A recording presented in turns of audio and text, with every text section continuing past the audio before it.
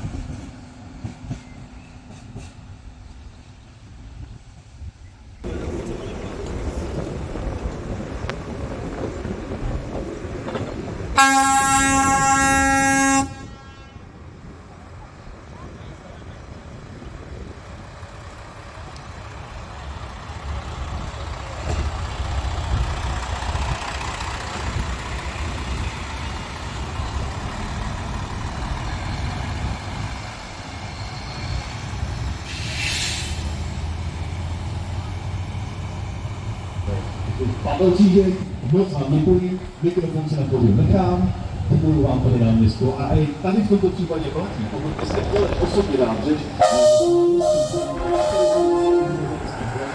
máte ho tady teď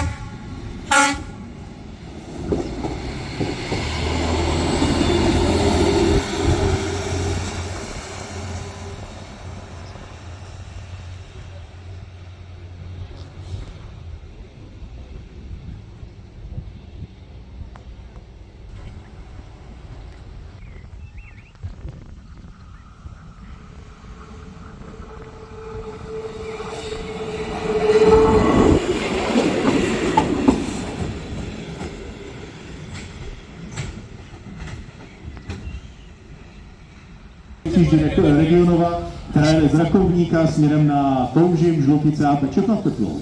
Androják Jan skočí do říky. V mnoha krajích už je to také nostalgické vozidlo. No jo. Tak, přátelé, kdo chcete soutěžit, pojďte za námi.